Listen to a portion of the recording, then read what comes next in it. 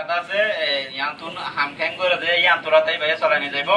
ইয়ান্তরতা সমাজ পর্যন্ত চলাইব ইয়া কয়ে সমাজ চলাইরো 2 নম্বর জীব এদি বারা তোমাদের যাইব কিন্তু তারা বেগুন পথ চাইব যদি অনেকটা যা বললে 5 জন পরে যাইব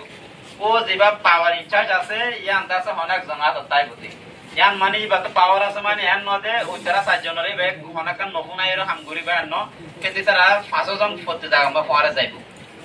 তাহলে আর 1 নম্বরের মধ্যে জিবা জিতে ই হইতে মৌলানা মাস্টার শহীদুল্লাহ ক্যাম্প 15 এবার এফসিএন নম্বর হইতে 157050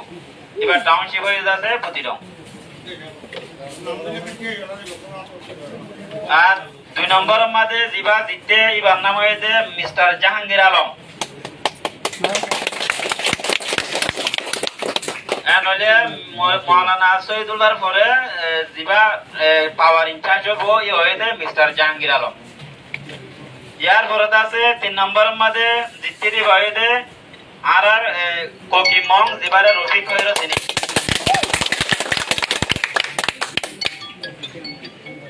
4 নম্বরের মধ্যে জিতে দে ইবার নাম হইতে মাস্টার মোহাম্মদ শুয়াইব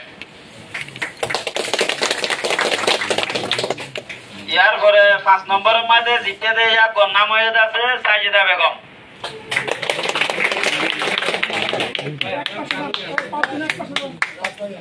নলে